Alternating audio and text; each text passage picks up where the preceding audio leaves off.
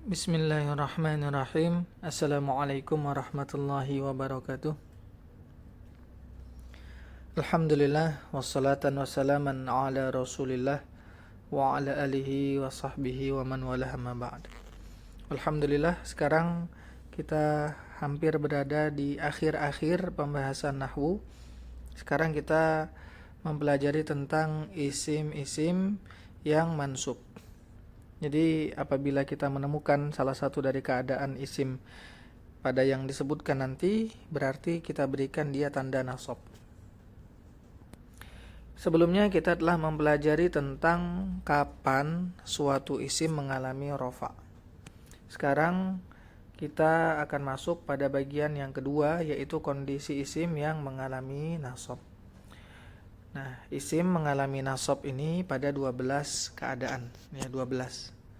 Dan seiring berjalan waktu, kita akan secara mudah mengingat 12 isim-isim yang nasab ini.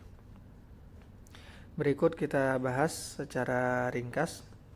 Isim-isim yang mansub pertama ada maf'ul bih, objek.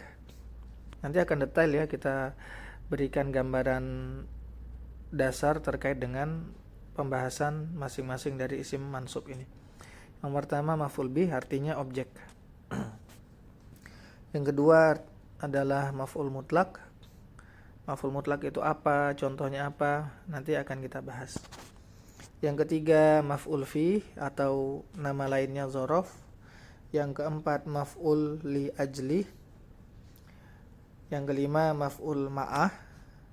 Maf'ul ma'ah ini simple, nanti kita akan pelajari juga. Yang keenam namanya mustatsna. Yang ketujuh adalah hal.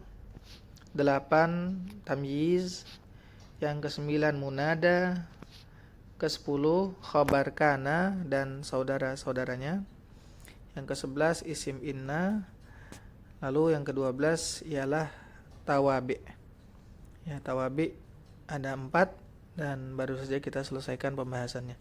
Inilah 12 keadaan isim mengalami keadaan nasab atau mansub. Tinggal kita berikan tanda nasab sesuai jenis isimnya, ya kan? Kalau ya dia isim dari jenis asmaul khamsah, maka nasab berarti dengan alif, kan begitu. Abahu, akhahu.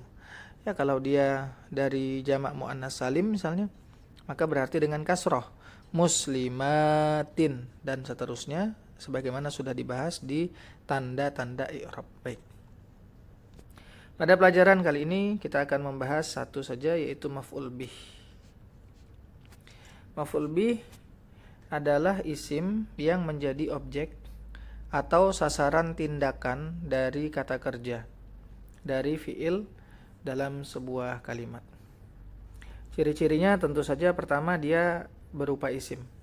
Yang kedua, dia adalah pihak yang menerima tindakan suatu fi'il, objek. Nah, untuk poin kedua ini, pihak yang menerima tindakan suatu fi'il, artinya kita harus mengerti apa arti kalimat. Jadi masing-masing kata itu artinya apa dan siapa yang mendapatkan perlakuan. Nah, jadi kita perlu kosakata untuk bisa mengidentifikasi, untuk bisa menyatakan bahwa inilah maf'ul bih. Nah, harus tahu. Kalau kita tidak tahu, maka kita akan bingung. Beda halnya dengan mubtada khobar misalnya. Kalau ada isim di depan sendirian, berarti mubtada. Kan sederhana. Nah, tetapi kalau membahas tentang maf'ul bih umpamanya, maka kita harus tahu artinya. Jadi ini pesan bagi semua teman-teman yang sedang mempelajari nahwu untuk rajin, bersemangat mengumpulkan kosakata-kosakata bahasa Arab, sehingga kita dapat dengan lancar dan mudah menerapkan ilmu nahwu yang kita pelajari. Di sini dinyatakan pihak yang menerima tindakan suatu fi'il. Jadi kita harus tahu artinya. Dan yang ketiga, tentu saja keadaannya mansub. Contoh, kataba Zaidun ar-risalata. Zaid menulis. Nah, di sini ada fi'il kataba, menulis. Ya, ar-risalata, surat. Nah, kita lihat kataba adalah fiil, Zaidun adalah fa'il ya, karena terletak setelah fiil maklum kataba. Kemudian ar-risalata adalah maf'ul bih. Kalau kita bahas apa yang Zaid tulis, ya tentu saja ar-risalata, surat. Maka artinya ar-risalata ialah maf'ul bih. Ya, jadi betul ya, kita harus tahu artinya lebih dulu untuk menentukan, seperti itu. Contoh yang lain, syaribat tiflu al-haliba. Syaribat tiflu al-haliba. Anak itu meminum susu. Anak itu meminum susu. Kita lihat, syariba adalah fiil. Kemudian kalau fiil maklum tentu saja memerlukan fa'il. Dan itu adalah at-tiflu. At-tiflu fa'il. At-tiflu fa'il. Rofa dengan dhammah karena isim mufrad. Kemudian al-haliba maf'ul bih mansub dengan fathah karena isim mufrad. Al-haliba. Ya, apa yang anak itu minum? Nah, al-haliba, susu. Ya, jadi al-haliba ialah maf'ul bih, seperti itu. Jadi apabila kita sudah menguasai kosakata yang sedang kita baca kalimatnya, kita tahu semua arti kosakatanya, maka insyaallah pembahasan maf'ul bih ini ringan. Jenis-jenis maf'ul bih, pertama maf'ul bih zahir, yaitu yang jelas terlihat dan disebutkan dalam kalimat. Contohnya seperti tadi, ada al-haliba, ada ar-risalata tadi. Itu namanya maf'ul bih yang zahir. Ada juga maf'ul bih berupa domir. Maf'ul bih domir, yaitu maf'ul bihnya berupa kata ganti. Contoh, ghasalahu. Ghasalahu, hu adalah maf'ul bih. Ya, berupa domir, namanya domir muttasil. Ini satuan nama-nama domir ini ada di pembahasan shorof ya.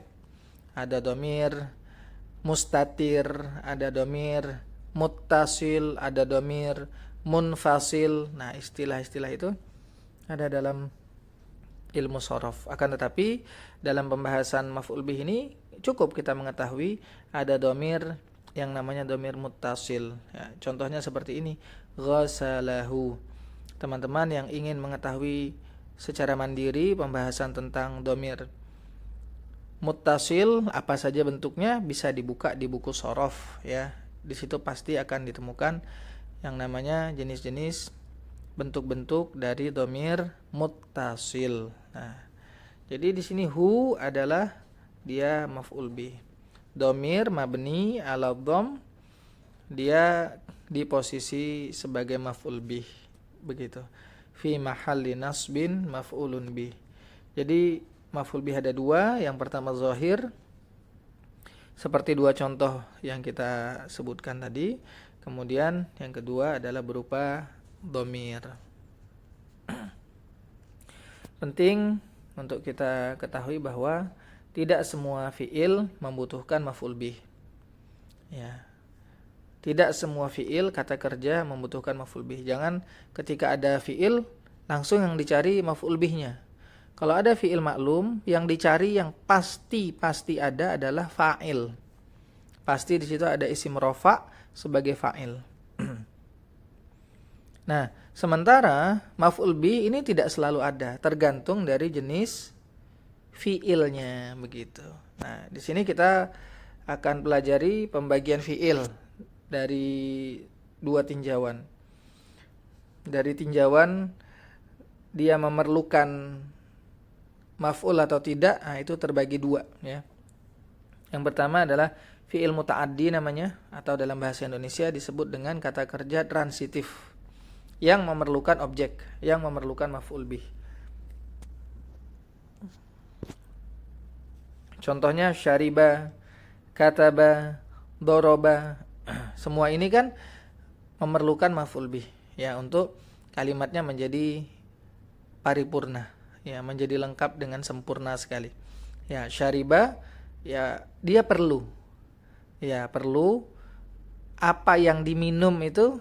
Nah kan di situ bisa hadir menjelaskan mengenai apa yang diminum. Doroba, apa yang dipukul, itu kan akan menjadi jelas dengan keberadaan maf'ul bih.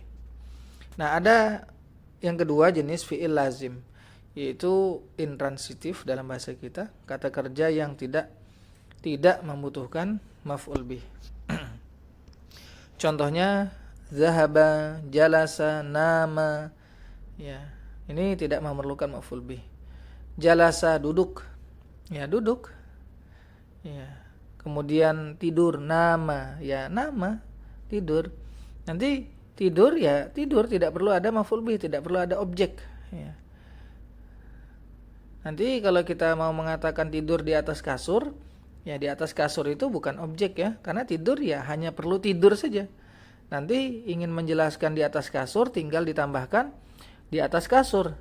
Nama Muhammadun, Muhammad tidur ala di atas as-sariri. Tinggal seperti itu. Tetapi secara susunan kalimat dia tidak memerlukan maf'ul bih. Ini ada fi'il yang kategorinya fi'il lazim. Nah, untuk mengetahui ini jangan pusing, jangan khawatir.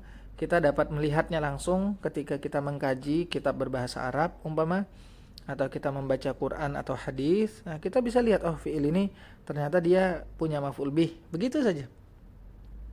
Atau nanti pada saat kita membuka kamus di situ akan ada contoh-contohnya dalam kalimat. Nah, sehingga kita bisa paham, oh ini dia memerlukan maf'ul bih. Oh ini adalah fi'il muta'addi. Oh ini tidak perlu dengan maf'ul bih. Berarti dia adalah fi'il lazim. Itu akan berjalan seiring waktu. Ini sekedar kita ketahui supaya jangan selalu mencari maf'ul bihnya. Karena tidak semua fi'il memerlukan maf'ul bih. Itu poinnya. Alhamdulillah selesai. Semoga yang kita pelajari tadi Allah jadikan ilmu yang bermanfaat dan memperkuat pemahaman nahwu kita. Kita selesai dalam pembahasan seputar maf'ul bih. Demikian wassallallahu ala nabiyyina Muhammadin wa ala alihi wa sahbihi wasallam. Wa akhiru da'wana alhamdulillahi rabbil alamin. Wassalamualaikum warahmatullahi wabarakatuh.